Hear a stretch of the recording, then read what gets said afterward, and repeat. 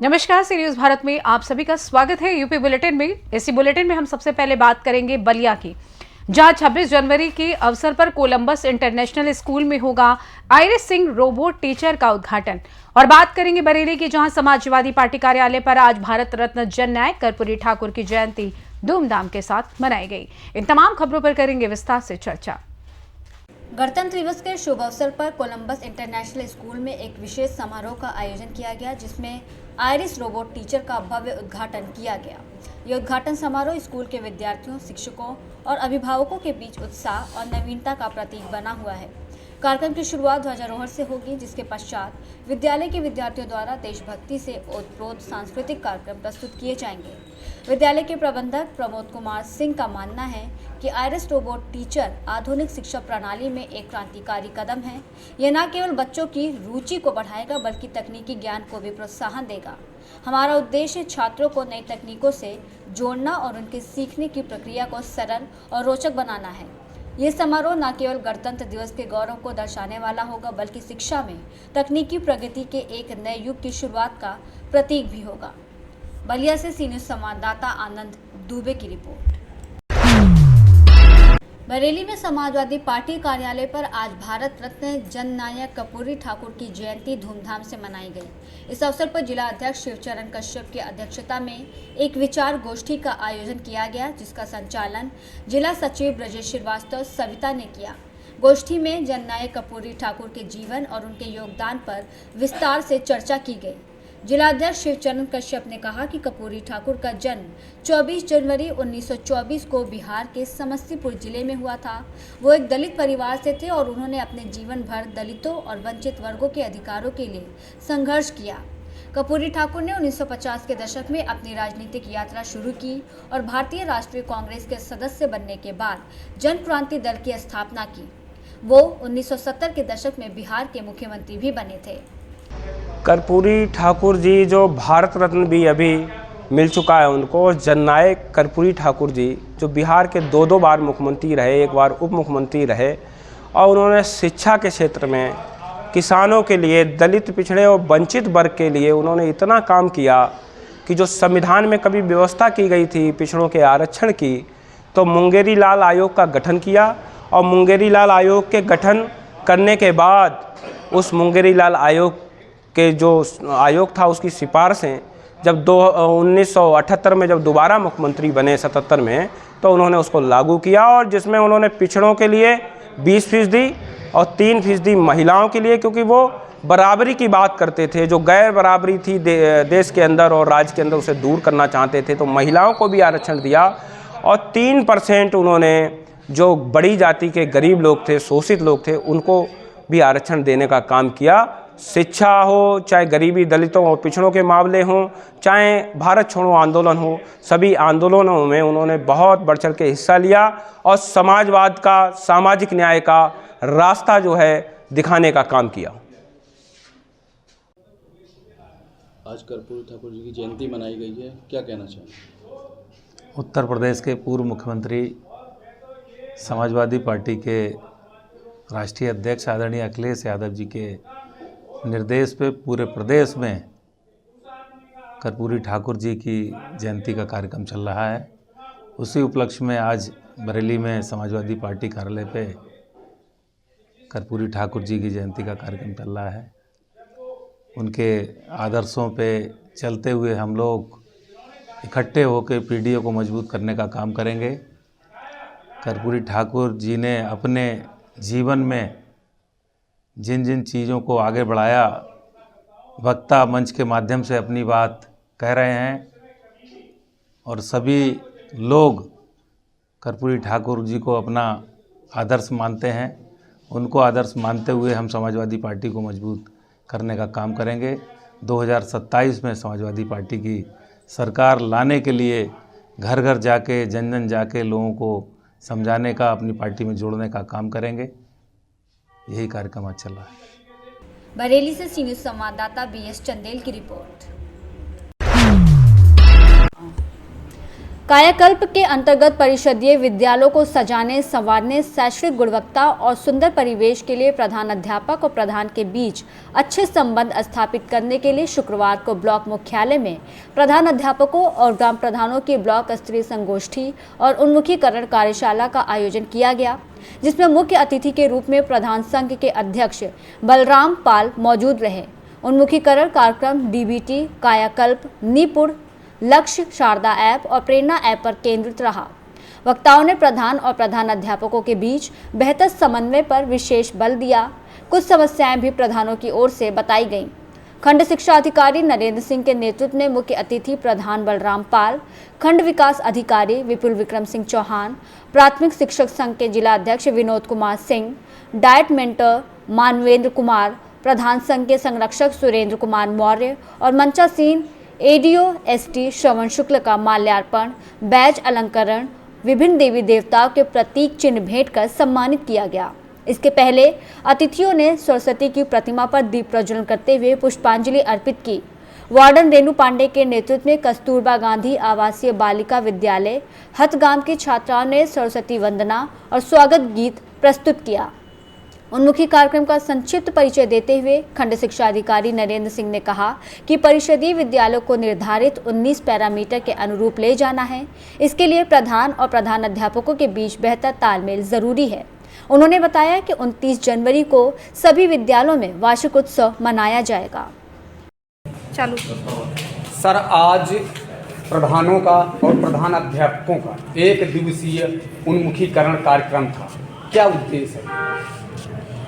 हम लोग बेसिक शिक्षा विभाग से नियमित ग्राम प्रधान और प्रधानाध्यापकों का इस तरह की संगोष्ठी का आयोजन का उद्देश्य ये है कि हमें निपुण भारत मिशन में हम लोग काम कर रहे हैं।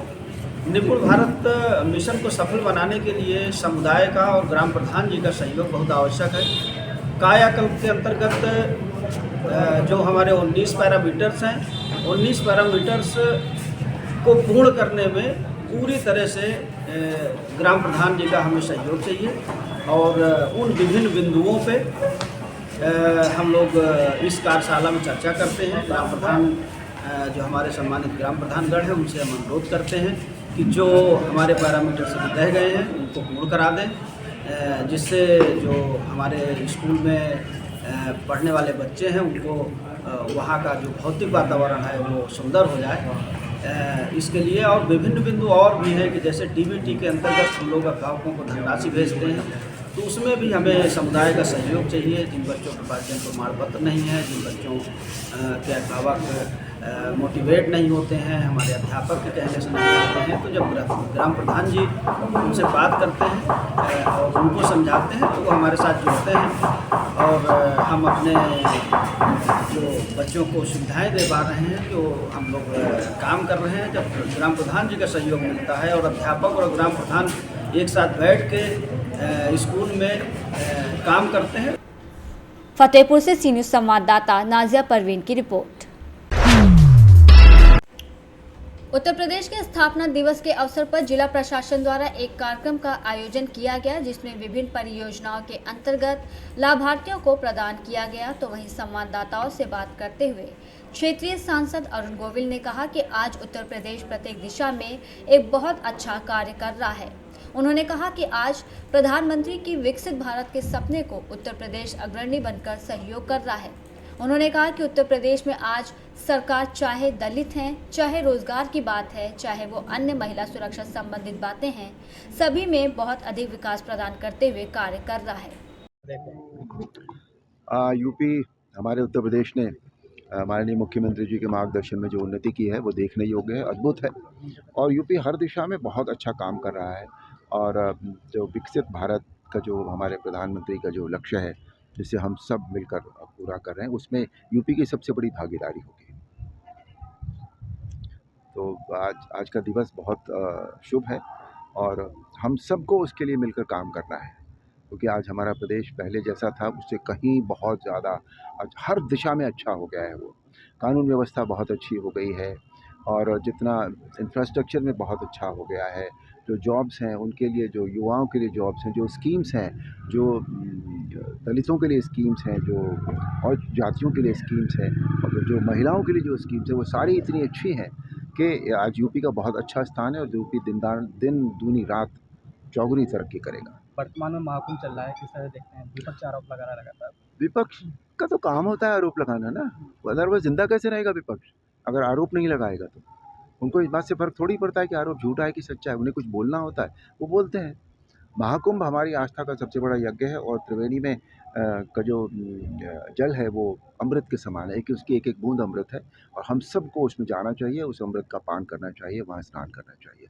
पर जैसे दिल्ली में चुनाव चल रहे हैं, आप भी प्रचार के लिए जाएंगे? हाँ, मैं जाऊँगा। लास्ट के 3-4 दिन मुझे कहा गया है प्रचार करने के लिए, तो मैं ज़रूर जाऊँगा वहाँ पर। हापुड़ से सी न्यूज़ संवाददाता सुनील कुमार की रिपोर्ट। गदागंज थाना क्षेत्र के बांसी रिहायक निवासी मनरेगा श्रमिक को बुरी तरीके से पीटा गया। घटना उस समय की है जब वो मनरेगा से मजदूरी करके वापस बाजार सब्जी लेने के लिए जा रहा था, तभी विपक्षियों ने उसके साथ गाली गलौज की और लात घूंसों से जमकर पिटाई कर दी। बांसी रिहायक निवासी पंकज का आरोप है कि गांव का ही एक ही युवक उससे पिछले 1 साल में लगभग 25,000 की उधारी ले चुका है। कई बार जब उससे पैसा मांगा तो उसने गाली गलौज की और जान से मारने की धमकी भी दी।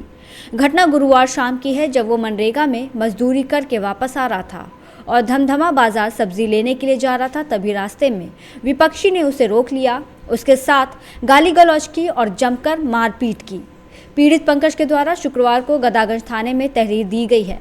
पुलिस मामले की जांच पड़ताल कर रही है। जी, आपका नाम? पंकज कुमार। गांव का नाम क्या है? बांसी डेरा। अच्छा, कहाँ पे आए हैं? गदागंज थाने में। अच्छा, क्या मामला है?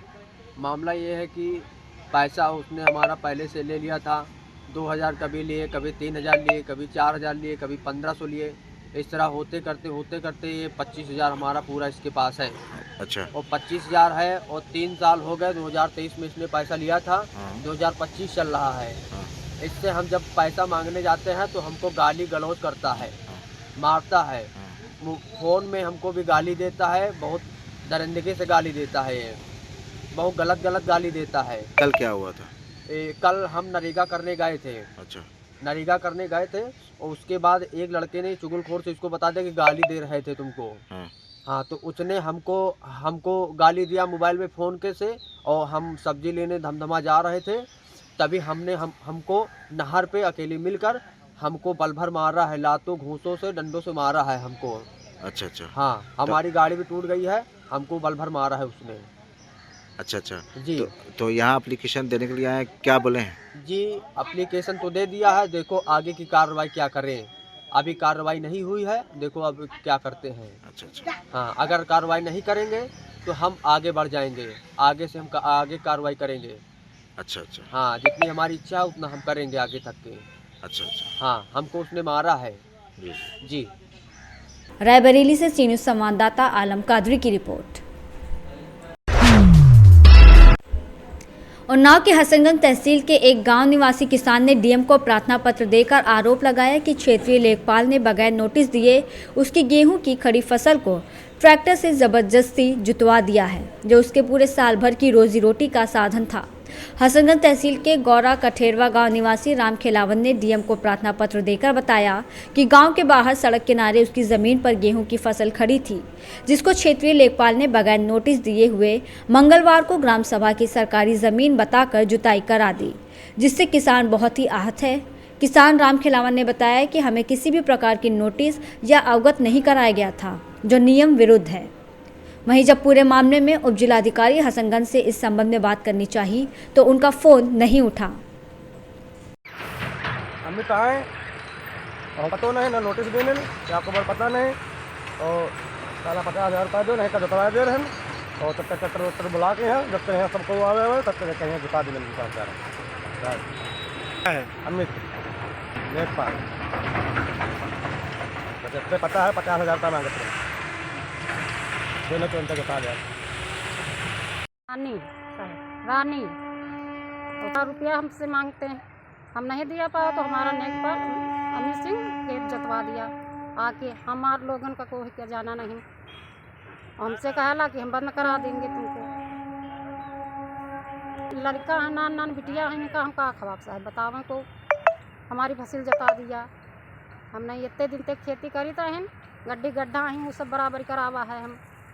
हम नहीं पैसा दे पावा तो एक माने खेती में जता ली नहीं, फसल हमारी जता दिया। उन्नाव से सी न्यूज़ संवाददाता पंकज राजपूत की रिपोर्ट। फिलहाल इस खास बुलेटिन में बस इतना ही। देश दुनिया की तमाम बड़ी खबरों को जानने के लिए जुड़े रहिए सी न्यूज़ भारत के साथ। हर खबर आपके साथ, आपके हाथ।